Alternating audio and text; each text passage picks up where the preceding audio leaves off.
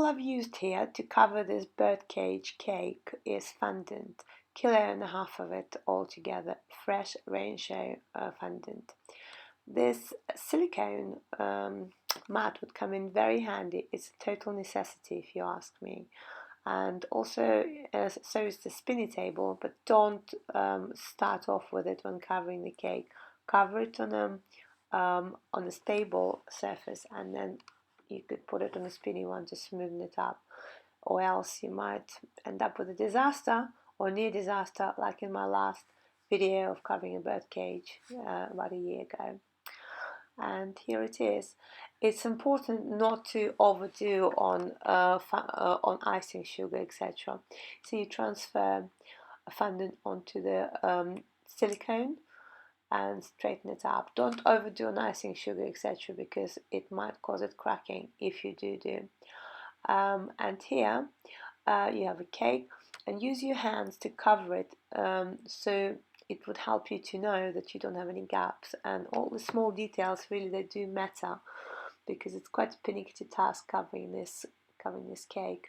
I don't know, I've seen it categorized as a beginner task in one of the tutorials online, but hey, there must have been a very, very gifted beginner they had in mind. So here, the important thing is to stick it to the cake as soon as you can, so the weight of the fondant doesn't cause tears. So you just stick it as you work your way down as fast as you can. Don't worry about smoothing anything up at this stage. All you need to do is not cause yourself any tears.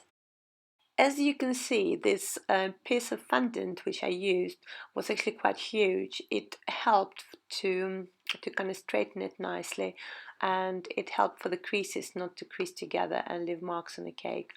And now it's all stuck to the cake quite neatly, and when the cake itself is quite neat, it's so much easier to stick the fondant to it without any air pockets. And then when you do have air pockets, just like I just did, use a little needle. Just don't lose it, and release the air pockets.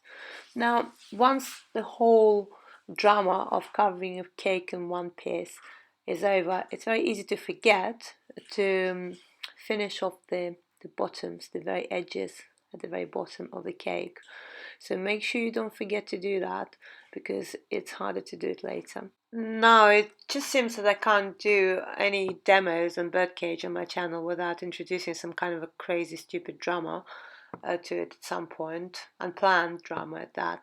Now look, I'm tidying up the cake, and I've just caught it with my thumb, and it looks ugly as a huge hole.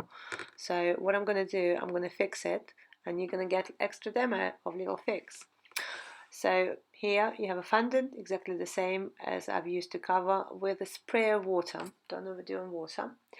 This is the consistency, and then you just take a spatula and do the best you can to kind of patch it up. And the beauty of it is that you can let it dry a little and then go over it again with a spatula, and help yourself with corn flour once you're happy with the way it looks. Just like this, and with a bit of luck, I mean, obviously it's best not to poke it with your thumb, but with a bit of luck you probably would easily get away with it. You can use this method on dry fondant as well. I prefer it in fresher, but dry fondant, like especially little innocuous little scratches, they're good method. And so here you have the cake. It's looking a bit rude at this point, but I'm just glad it doesn't have a hole anymore. And so I'm about to decorate it, and I'm going to post a video of that, a little demo of that, in next week. And just for now, this is a sneak peek of a finished cake by Christina Wallace, Cake Philosophy. Thanks for watching.